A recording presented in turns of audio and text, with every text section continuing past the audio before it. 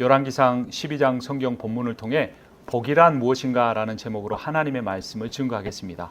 복은 내가 나 자신의 복을 구하는 것이 아니라 받는 것이 아니라 다른 사람의 복을 구하거나 그 사람이 복을 받게 하는 것입니다. 천국과 지옥의 차이란 환경의 차이가 아니다. 그곳에 있는 사람의 차이다라는 말이 있습니다. 이와 관련된 한 재미있는 이야기가 있습니다. 천국과 지옥에는 1m가 넘는 긴 숟가락이 있다고 합니다. 지옥에서는 그 긴 숟가락을 가지고 자기만 먹으려고 해서 아무도 못 먹고 모두가 불행한 삶을 산다고 합니다. 그런데 천국에서는 그 긴 숟가락으로 다른 사람을 먹여주려고 해서 모두가 배부르고 행복하게 산다는 이야기가 있습니다. 복이란 무엇일까요? 내가 나를 먹이려고 하지 않고 다른 사람을 먹이는 것이 복입니다. 복이란 내가 내 삶에 걱정을 하지 않고 다른 사람의 삶을 걱정해 주는 것입니다. 복이란 내가 잘 되려고 하지 않고 다른 사람이 잘 되게 해 주려고 하는 삶입니다. 복이란 내 가정이 잘 되려고 하는 것이 아니라 어떻게 하면 다른 사람의 가정이 잘 될 수 있을까, 이런 자세로 사는 것입니다. 복이란 어떻게 하면 내 교회가, 우리 교회가 잘 되고 성장할 수 있을까, 이렇게 사는 것이 아니라 어떻게 하면 이웃 교회가 잘 되고 성장하고 복받을 수 있을까 하는 것입니다. 복이란 내 인생에 미워하는 사람이 없어지고 내 인생에 복받기를 바라는 사람만 가득 차는 것입니다. 그리스어로는 복이 율로기아입니다. 율이라는 것은 좋은이라는 뜻이고 로기아라는 것은 말이라는 의미입니다. 그래서 율로기아는 상대에게 좋은 말을 해주다라는 의미입니다. 이것이 그리스 시대의 복이었습니다. 라틴어로도 복은 비슷한 의미를 갖습니다. 베네디케레인데 베네는 좋다라는 뜻입니다. 디케레는 말하다라는 뜻입니다. 그래서 라틴어로도 복이란 좋은 말을 해주다입니다. 여러분, 주일 예배 마지막 순서가 뭡니까? 축도죠. 축도를 영어로 베네딕션이라고 합니다. 이 베네딕션이란 말이 베네디케레라고 하는 라틴어에서 나온 겁니다. 좋은 기도를 해주다, 복을 빌어주는 기도를 해주다라는 그러한 의미입니다. 민수기 6장에 보면 제사장 아론의 축도가 나옵니다. 24절부터 보면 여호와는 내게 복을 주시고 너를 지키시기를 원하며 여호와는 그의 얼굴을 내게 비추사 은혜 베푸시기를 원하며 여호와는 그의 얼굴을 내게로 향하여 두사 평강 주시기를 원하노라 라는 베네딕션, 축도입니다. 복이란 축복의 말, 축복의 기도를 하는 것입니다. 우리가 만나는 사람마다 아론의 축도를 내 마음에 품고 상대를 대한다면, 또 그들에게 그런 축복의 기도를 해준다면 얼마나 그 사람의 삶이 복될까요? 그러니까 이 그리스어나 라틴어나 이 민수기 6장의 관점에서 보면 복이란 복을 받는 사람의 입장보다는 복을 베푸는 사람의 입장을 강조하는 겁니다. 그러니까 복 받는 사람이 복되는 것이 아니라 복을 베풀어 주는 사람이 복되다라는 겁니다. 하나님께서 아브라함을 갈대아 우르에서 부르시고 가나안으로 보내시려고 하죠. 그때 하나님이 아브라함에게 해주신 말씀이 있습니다. 무엇입니까? 땅의 모든 족속이 너로 말미암아 복을 얻을 것이다. 여러분, 여러분으로 인하여 여러분 주변의 모든 사람이 복을 받게 된다면 이거보다 복된 인생이 어디 있겠습니까? 근데 상당히 많은 사람들이, 심지어 그리스도인이라고 하는 사람도 어떻게 하면 내가 더 복을 받을 수 있을까에 관심이 집중되어 있어서 삶에 걱정이 생기고 염려가 생기고 불안한 마음도 생기는 것입니다. 복은 받는 것이 아니라 베푸는 겁니다. 복을 받는 사람보다 복을 베푸는 사람이 훨씬 더 복됩니다. 근데 여러분, 이 축복 기도나 축복의 말이란 단지 이 입에서 나오는 것이 아닙니다. 입에서 나오는 것이 아니라 마음에서 나오는 겁니다. 좋은 기도와 좋은 말은 마음을 어떻게 하느냐에 따라서 나온다는 거예요. 그래서 다른 사람에게 좋은 말을 한다, 축복의 기도를 한다는 것은 그가 좋은 마음을 갖고 산다라는 겁니다. 그래서 다른 사람에게 좋은 마음을 가지고 좋은 말을 하는 사람, 이 사람이 진짜 복된 사람입니다. 다른 사람을 위해서 복을 비는 기도를 아침마다 드리면서 사는 사람이 있다면 그 사람의 인생을 하나님이 어떻게 복을 주시지 않겠습니까? 또 누군가가 나에게 좋은 마음을 가지고 만날 때마다 좋은 말을 해주고 나를 만날 때마다 좋은 축복의 기도를 해준다면 어떻게 그 사람을 사랑하지 않겠습니까? 어떤 사람이 그 사람을 좋게 대하지 않겠습니까? 어찌 그 사람의 인생이 복받은 인생이 아니겠습니까? 그러니까 복받은 인생이란 좋은 관계를 맺는 겁니다. 그리고 다른 사람과 좋은 관계를 맺기 위해서 가장 중요한 것은 그 사람에게 좋은 마음을 가지고 좋은 말을 하는데 달려 있습니다. 여러분들은 다른 사람을 만나면 주로 어떤 말을 합니까? 또 내가 어떤 말을 뱉지는 않았지만 내가 그 사람들을 대할 때마다 어떤 마음을 갖고 있습니까? 사람은 영적인 존재여서 그 사람의 말 속에 담긴 그 사람의 마음을 읽어낼 수가 있습니다. 여러분들 만나는 사람에게 축복의 말을 해 주었습니까? 그들에게 칭찬의 말을 해 주었습니까? 그들에게 격려하는 말, 용기를 주는 말을 해 주었습니까? 사실 이거는 참 힘든 일입니다. 아니 어찌 보면 거의 불가능에 가깝습니다. 왜냐하면 사람들이 그렇게 칭찬받을 일들을 하지 않거든요. 그렇게 복받을 만한 행동을 하지 않기 때문에 솔직하고 정직하게 그 사람들을 대한다면 그들을 칭찬하고 격려하고 위로하고 복을 빌어주는 말을 하기가 참 쉽지 않습니다. 그래서 어떻게 보면 가장 내가 복을 빌어줘야 할 가족에게까지 내가 복을 빌어주는 말보다 좋은 말보다는 지적하는 말을 하기가 쉽습니다. 칭찬하는 말을 하기가 쉽지 않습니다. 그리고 오히려 가까운 사람일수록 자주 만나는 사람일수록 그 상대의 마음을 헤아리고 그 사람에 대해 좋은 마음을 갖는 것도 쉽지가 않습니다.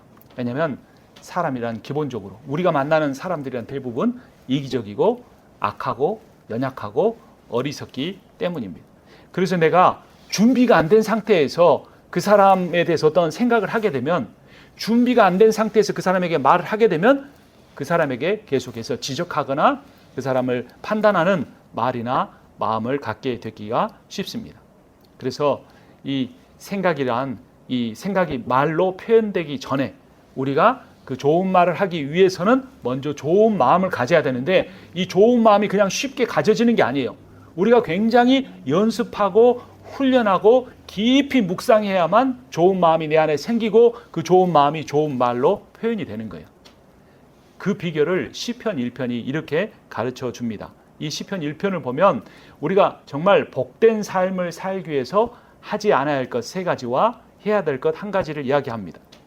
하지 않아야 할 것은 1절에서 이렇게 말합니다. 복 있는 사람은 악인들의 꾀를 따르지 아니하며 죄인들의 길에 서지 않고 오만한 자의 자리에 앉지 아니하고 라고 합니다.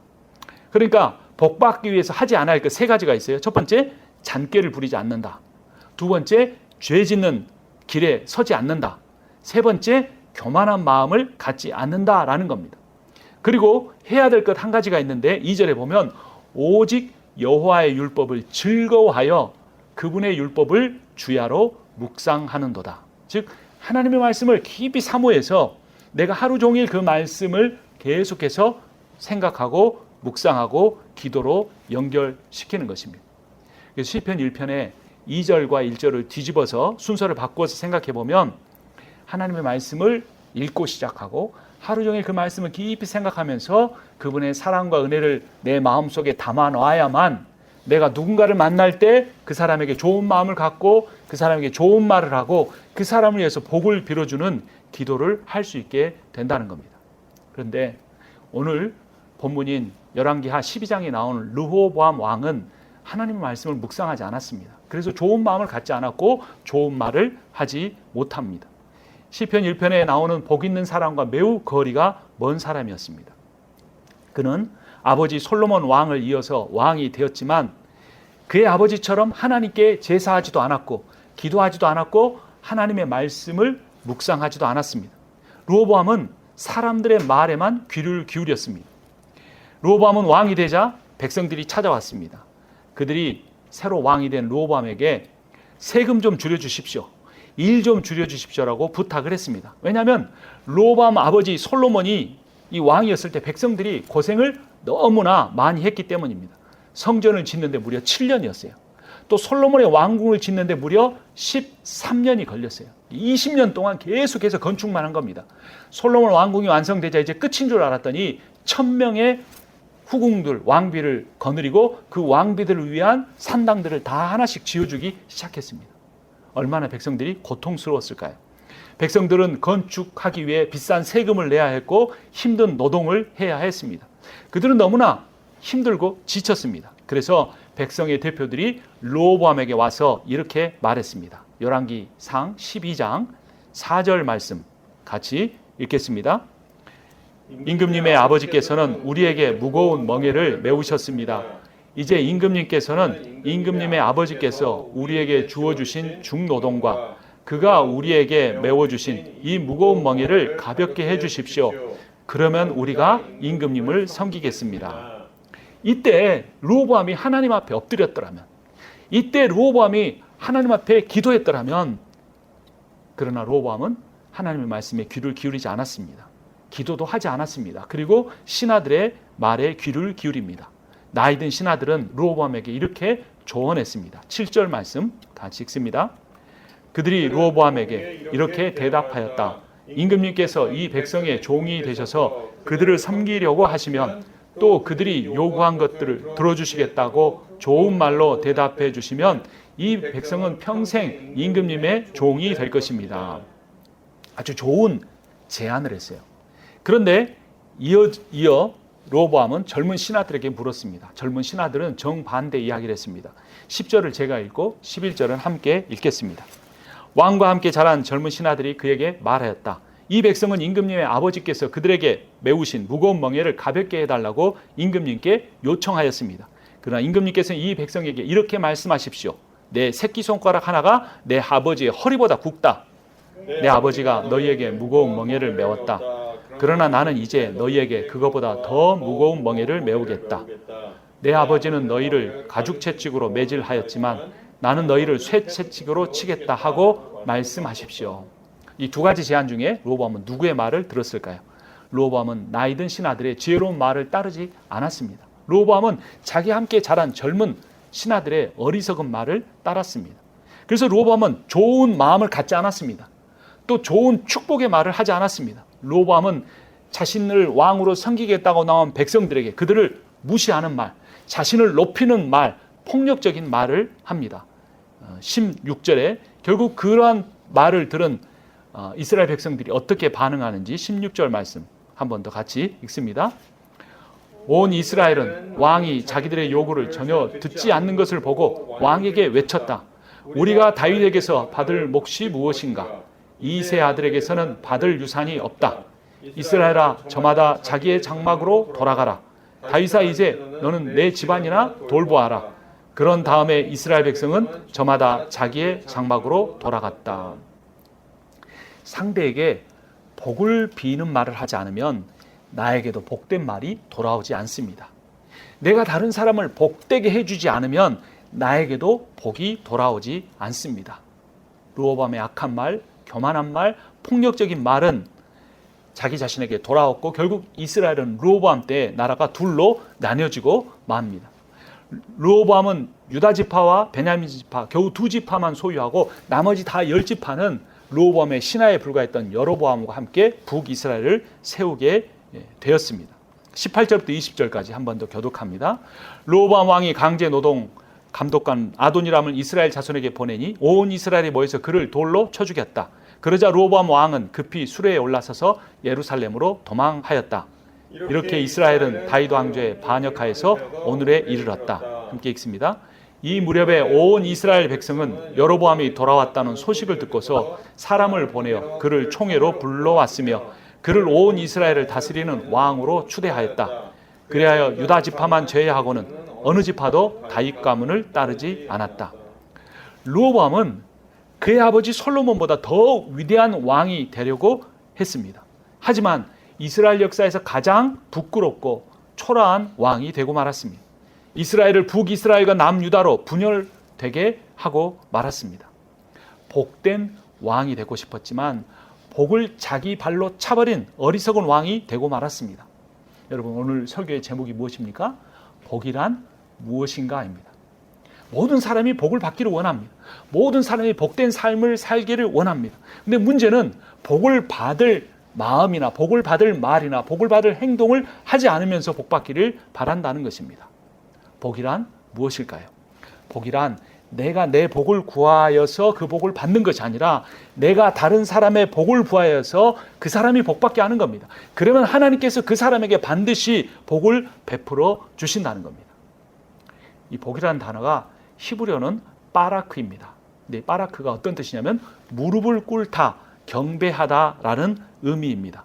시편 95편 6절을 보면 오라 우리가 굽혀 경배하며 우리를 지으신 여호와 앞에 무릎을 꿇자라고 합니다. 이때 무릎을 꿇자라는 단어가 바라크라고 하는 히브리어입니다. 또 예레미야서 17장 7절을 보면 여호와를 의지하고 그의 소망을 여호와께 두는 자는 복이 있도다라고 합니다. 여기서 복이 있도다라는 단어도 히브리어로 바라크입니다. 그래서 구약 성경이 말하는 복은 하나님을 예배하고 하나님을 의지하고 하나님 앞에 무릎을 꿇고 하나님께만 소망을 두는 것입니다. 르호보암이 나이든 신하들의 말을 듣지 않고 젊은 신하들의 말을 들은 것은 우연이 아닙니다. 순간에 잘못된 선택이 아니었습니다. 르호보암은 처음부터 끝까지 그런 사람이었습니다. 르호보암은 하나님께 무릎을 꿇는 사람이 아니라 우상 앞에 무릎을 꿇는 사람이었습니다. 그의 아버지 솔로몬이 부인이 몇 명이었다고요? 1000명이었습니다. 이 1000명은 이방 나라들 곳곳의 주변의 나라들 왕들로부터 데려온 공주들이었습니다. 그 나라마다 섬기는 우상이 각각 있었습니다. 근데 솔로몬이 그 처와 첩들을 위해서 각각의 우상을 섬기는 산당을 지어 주었습니다. 그 중에 암몬 여인을 위해서는 밀곰이라는 우상을 숭배하도록 해 주었습니다. 이 솔로몬과 암몬 공주 사이에서 태어난 아들이 바로 르호보암이었습니다. 열왕기상 14장으로 가보겠습니다. 14장 21절을 제가 읽습니다. 21절입니다. 또한 솔로몬의 아들 르호보암은 유다를 다스렸다. 르호보암이 즉위할 때의 나이는 41살이었는데 그는 주님께서 자신의 이름을 두시려고 택하신 성읍 예루살렘에서 17회를 다스렸다. 그의 어머니 이름은 나아마이며 암몬 여자이다. 22절 교독합니다. 유다도 주님께서 보시기에 악한 일을 하였다. 그들이 지은 죄는 조상들이 저지른 죄보다 더 심하여서 주님의 진노를 격발하였다. 그들도 높은 언덕과 푸른 나무 아래마다 산당과 돌 우상과 아세라 목상을 만들었다. 함께 읽습니다. 그 땅에는 신전 남창들도 있었다. 이와 같이 이스라엘 자손은 주님께서 그들 앞에서 내쫓으신 나라들이 지킨 그 혐오스러운 관습을 그대로 본받았다. 복을 받는다는 게 무슨 뜻이라고요? 무릎을 꿇다라는 겁니다. 복 받는 인생은 하나님 앞에 무릎 꿇는 사람입니다. 하나님 앞에 경배하는 사람입니다. 하나님 앞에 매달려 기도하는 사람입니다. 우리의 인생이 어려운 가운데 있든 우리 인생이 순탄하게 잘 나아가든 하나님 앞에 무릎 꿇고 기도하는 사람이 그 기도하는 인생 자체가 복 받은 인생입니다. 하지만 르호보암은 밀곰을 섬기는 그의 어머니로부터 우상 숭배만 배웠고 하나님 앞에 기도하는 사람이 아니었습니다. 잠언 28장 14절을 보면 항상 여호와를 경외한 자는 복되거니와 마음을 완악하게 하는 자는 재앙에 빠지리라 라고 말하고 있습니다. 어떤 사람이 마음을 완악하게 하는 사람입니까? 하나님께 묻지 않는 사람입니다. 하나님의 마음을 내 마음이 다게 해달라고 무릎 꿇지 않는 사람입니다. 자기 주변의 사람을 위해서 기도하고 기도하지 않는 사람이 완악한 사람입니다. 반대로 어떤 사람이 복된 사람입니까? 하나님 앞에 겸손한 사람입니다. 하나님 앞에 늘 기도하는 사람입니다. 하나님 앞에 예배하는 사람이 복된 사람입니다. 근데 여러분 이 말을 오해하면 안 됩니다. 그러니까 내가 기도하고 예배를 하면 하나님이 나한테 복을 주신다. 이 말이 아니라는 겁니다. 왜냐하면 복이라는 것은 소유의 개념이 아니에요. 내가 복을 갖는 것이 아니에요. 복이라는 것은 존재의 개념이에요. 내가 복된 사람이 되는 겁니다. 내가 복을 받는 것이 아니라 나 자신이 복된 사람, 복된 인격이 되는 것입니다. 그러니까 복을 내가 뭔가를 가졌기 때문에, 뭔가를 얻었기 때문에 복받았다고 하면 이런 복은 언제든지 사라질 수 있어요.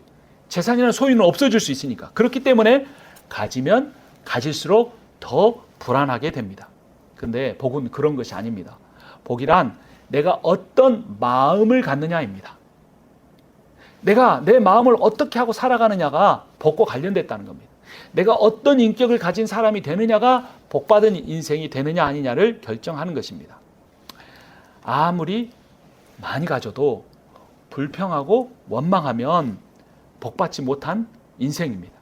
하지만 아무리 적게 가져도 감사하고 자족하면 복받은 인생인 겁니다. 아무리 내 몸이 건강해도 내가 감사할 줄 모르면 복받지 못하지만 감사할 줄 알면 그 사람은 복받은 인생입니다. 행복을 결정하는 것은 소유의 분량이 아니라 내 마음의 자세입니다. 행복을 결정하는 것은 내 마음에 달려 있다는 것입니다. 내가 착한 일을 많이 하고 기도를 하고 교회 봉사를 하고 헌금을 많이 하면 내가 복받는다. 이것은 기복신앙이라고 합니다. 하나님과 뭔가를 거래하려고 하는 거예요. 물론 복을 구하는 것 자체가 문제라는 것은 아니에요. 복을 구하는 것 자체는 문제가 아닌데 뭐가 문제냐? 어떤 복을 구하느냐가 문제고 관건입니다. 현세적 복, 세상의 복만 구하는 것이 문제라는 겁니다. 여러분, 복은 물질에 있지 않습니다. 복은 소유에 있지 않습니다. 복은 돈에 달려 있지 않습니다. 복은 내 마음에 달려 있습니다. 그래서 하나님, 내가 복받게 해달라고 기도하기보다 내가 복받을 수 있는 사람이 되게 해달라고 기도해야 합니다. 하나님, 내가 내 마음을 스스로 지킬 수 없으니 하나님께서 하나님의 영으로 내 마음을 지켜주시고 가난한 마음을 가지고 하나님 바라보며 살고 감사하고 자족하고 기뻐하고 다른 사람에게 복을 빌어줄 수 있는 그런 복의 근원의 마음을 갖게 해달라고, 그런 복을 구하는 사람이 돼야 하는 것입니다. 얼마나 소유하느냐가 아니라 어떤 마음의 자세로 살아가느냐가 내 인생을 복되게 하느냐 복되지 못하게 하느냐가 달려 있는 것입니다. 어떤 부자가 있었습니다. 그 부자에게 아들이 하나 있었고 일꾼도 하나가 있었습니다. 아들은 어떻게 하면 하루빨리 아버지의 재산을 내가 물려받을까만 생각했습니다. 근데 일꾼은 어떻게 하면 내가 주인의 재산을 잘 관리해서 주인을 기쁘게 할까, 이런 생각을 했습니다. 그래서 늘 아들은 불안했습니다. 불성실했습니다. 심지어 어느 때는 아버지가 빨리 죽고 재산을 그냥 상속 빨리 받았으면 좋겠다, 이렇게 생각했습니다. 하지만 일꾼은 늘 감사했습니다. 성실했고 주인이 오래오래 살기를 바랬습니다. 아들은 아버지의 재산 중에서 자신에게 주어진 몫을 방탕하게 사용했습니다. 하지만 이 일꾼은 주인의 재산을 자신의 재산처럼 여기고 아끼고 잘 관리했습니다. 또한 주인의 그 뜻을 잘 헤아려서 집안의 다른 일꾼들을 보살펴주고 동네의 가난한 사람들을 돌보아 주었습니다. 부자의 아들과 일꾼 중에서 어떤 사람이 더 복된 사람이라고 생각합니까? 그리스도인은 주인의 아들처럼 복을 받는 데서 그치는 사람이 되어서는 안 됩니다. 이 주인의 일꾼처럼 내가 가진 모든 것이 내 주인의 것이니 어떻게 하면 내 주인의 뜻대로 이것을 잘 사용할까를 고민하고 관리하는 사람이 되어야 하는 것입니다. 부자의 일꾼의 지혜를 가져야 합니다. 우리는 일꾼이지 주인이 아닙니다. 우리가 누리는 모든 재산과 내 인생의 남은 시간과 내 생명까지도 다 하나님의 것입니다. 이 비결을 깨달으면 염려할 것이 없어요. 내가 가진 것이 복이라고 생각하는 사람은 자기가 지켜야 되니까 불안하고 염려가 생기지만 이것이 내 것이 아니고 하나님의 것을 잠시 맡아서 관리하는 나는 청직이다, 일꾼이다. 그러니까 어떻게 하면 내가 그 주인의 뜻대로 사용할까, 이 마음을 가지고 기도하면 하나님이 가르쳐 주십니다. 네가 가진 것을 가지고, 네 재능을 가지고, 네 지혜를 가지고, 네 소유를 가지고, 너의 탤런트를 가지고, 너의 기도의 시간을 가지고 다른 사람을 복되게 해라. 그러면 내가 너에게 그 복을 계속 누리며 살게 해주겠다라고 주님이 말씀하시는 겁니다. 내가 누리는 모든 것이 다 하나님의 것입니다. 그러니까 하나님의 뜻대로 사용하려는 그 마음을 가지고 있는 사람을 청지기의 마음을 가지고 있다고 합니다. 우리는 참 주인이신, 우리의 참 주인이신 하나님은 우리가 복을 담는 저수지가 되기를 원하지 않으십니다. 복을 솟아내는 샘물이 되고 그 솟아난 샘물을 흘려보내는 복의 강물이 되기를 원하십니다. 근데 사실 우리가 우리 인생을 살펴보면 나라는 존재가 과연 누군가를 복되게 할 수 있을까? 내 가정 하나 꾸려가기도 힘든데, 내 비즈니스도 겨우겨우 해가는데 어떻게 내가 내 인생을 통해 다른 사람을 복되게 할 수 있을까, 이런 생각이 들 때가 있습니다. 물질적으로도 겨우겨우 꾸려가잖아요. 많건 적건 간에 다 그렇게 삽니다. 또 신체적으로도 우리가 몸이 늘 피곤하고 겨우 일 마치고 가서 자고 겨우 일어나서 또 일을 하는데 누군가를 도울 수 있을까? 마음도 그렇습니다. 마음도 내 자녀, 내 배우자, 또 내 교회 섬기기도 마음이 힘들 때가 많습니다. 그런데 다른 사람을 돌아보고 좋은 말을 해준다는 건 참 힘들 수가 있습니다. 그래도 괜찮습니다. 이 참 복이라는 것은 내가 더 많이 갖고 더 많은 소유가 있고 더 많은 시간이 있어서 할 수 있는 것이 아닙니다. 꼭 무엇을 베풀어서가 아니라 나에게 주어진 일을 성실하게 하는 것만으로도 여러분들이 복의 통로가 될 수 있습니다. 여러분 비즈니스 잘한 거 그거 가지고 여러분들이 복의 통로가 될 수 있습니다. 성실하게 일하는 종업원이 고용주를 행복하게 해줄 수가 있습니다. 자기 비즈니스를 깨끗하게 잘하는 사람이 주변의 사람들을 먹는 것, 입는 것, 타는 것 가지고 행복하게 해줄 수가 있습니다. 거리를 깨끗하게 하는 청소하는 분이 자신의 그 섬김을 통해, 자신의 그 직업을 통해 시민들이 행복한 하루를 시작하게 할 수가 있습니다. 그러니까 내 인생 자체를 내 욕망을 이루기 위해서 악한 길로 가지 않고 내가 하나님의 길을 따르기 위해서 힘든 삶이지만 그 힘든 일상을 살아내는 것 자체로 내가 하나님의 복의 통로가 될 수 있다는 겁니다. 여러분들의 직장이, 여러분의 비즈니스가, 여러분의 가정이 여러분의 가정과 여러분 자신만 먹여 살리는 것이 아니라 이 사회에 기여하는, 여러분이 섬기는 교회에 기여하는 통로가 될 수 있다라고 하는 것입니다. 그래서 비록 힘들지만 내가 하루를 또 감당해내고 그 하루를 살아가면서 나보다 더 힘든 사람을 위해서 기도할 수 있는 마음만 있다면 우리는 충분히 아브라함처럼 하나님의 복의 통로로 쓰임받을 수 있습니다. 한 복음성가는 이러한 그리스도의 행복을 이렇게 노래합니다. 우리가 함께 찬양했죠. 화려하지 않아도 정결하게 사는 삶, 가진 것이 적어도 감사하며 사는 삶, 내게 주신 작은 힘 나눠주며 사는 삶, 이것이 나의 삶의 행복이라오. 눈물 날 일 많지만 기도할 수 있는 것, 억울한 일 많으나 주를 위해 참는 것, 비록 짧은 작은 삶 주 뜻대로 사는 것, 이것이 나의 삶의 행복이라오. 이것이 행복이라오. 이것이 세상은 알 수 없는 하나님의 선물, 이것이 행복이라오. 하나님의 자녀로 살아가는 것, 이것이 행복이라오. 그리스도인이라면 내가 가진 것이 많지 않아도, 내가 신체적으로 완벽하게 건강하지 않아도, 내 마음이 비록 힘들고 어려울지라도 행복한 삶을 살 수 있고 축복의 통로가 될 수 있습니다.